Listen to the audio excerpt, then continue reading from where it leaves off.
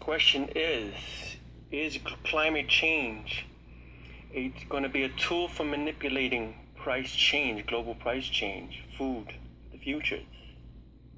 Once again, will climate change be a tool, a global tool for price manipulations for food futures?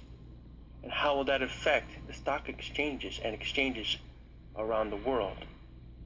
We'll continue watching this particular clip on the World Bank and what the United Nations is proliferating and their engagements with involving people around the world in participating and relieving the anguish of world hunger and world poverty.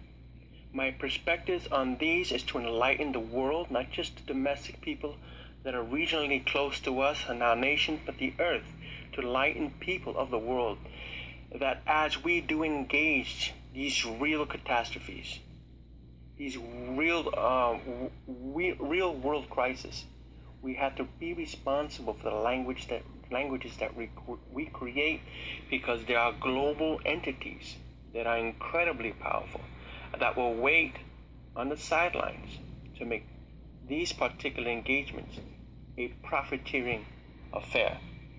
We will continue to watch this film here.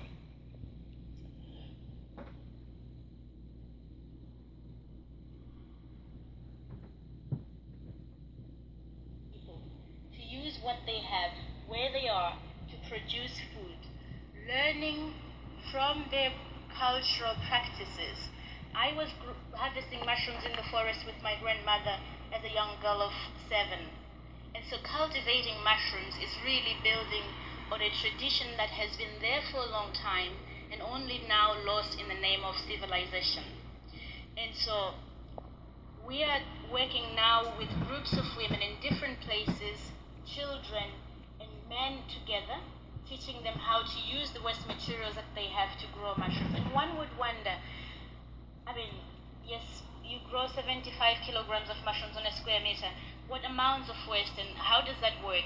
So you get, if you have 100 kilograms of waste, you get 50 kilograms of mushrooms, and then you have a waste material that you can use as a fertilizer for growing other food.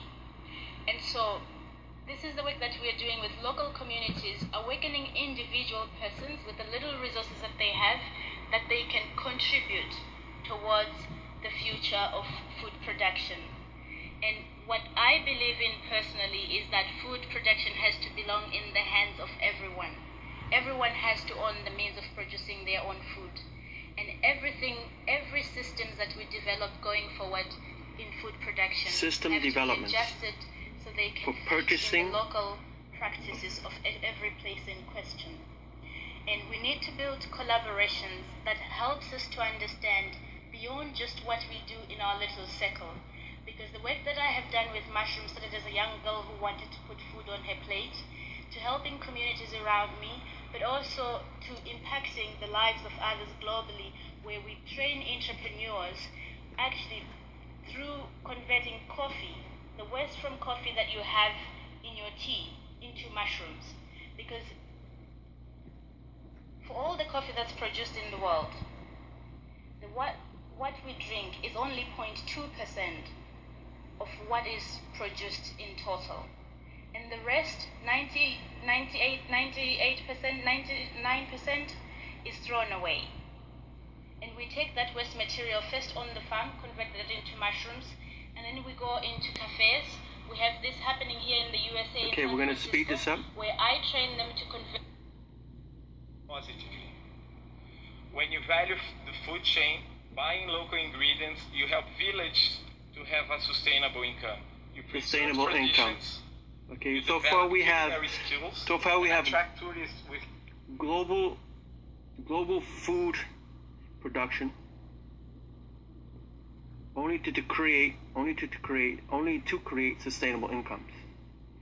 And they want to collaborate and have regional or local entities become prolific enough to engage in this global movement to create what? A system to end world hunger, or a system for profiteering. Now, when these particular, I would say, entities become one and collaborative and they cooperate and they become a global movement and it becomes a global language, which is 5 years from now, what will happen when they don't, I would say, engage the real problems like natural disaster predictions, when flood zones, when proliferating and creating farmlands and resiliency in specific flood zones, when disasters occur, what would happen to the prices of global foods? Now, how do we, take something that's global and dissipate them into regional sectors and languages and say that you will be able to have access to specific amounts of food, and what czar will be appointed in the future to predetermine these particular things. Currently, right now, off the coast of Florida, we have Jacqueline here. Now, Jacqueline is a hurricane, and this specific hurricane just came out from specific pressures, unbeknownst to the institute here, NASA, or to NOAA. They formulated, they gave us a few hours warning, and prevalent to the warning, we had shifts in pressures. Now, these type of models that are mathematical cannot predict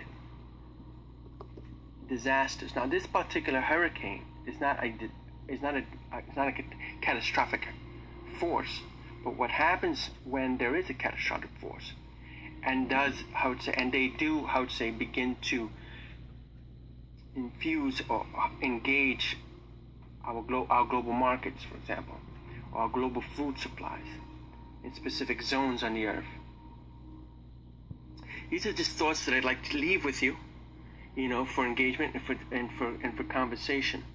When we use world hunger and world poverty for proliferating world profits, and abandon the real problem right here, national and global national disasters that will ensue upon these specific areas where we will try to make prolific for profit. And when these specific mechanisms begin to exist and begin to feed the hungry, not that the hungry will become extinct, or the hungry or poverty will become an extinct issue, but that when we begin to feed them, what will happen to the prices of these specific. Okay, and that ends that. What would happen to the prices of these specific markets? That's the question.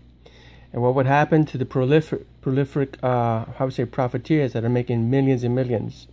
Will they then create a charity or a new foundation to take care of those that have been left behind? Thank you for joining Plasma Phase Physics, and tune in for our next broadcast. Thank you.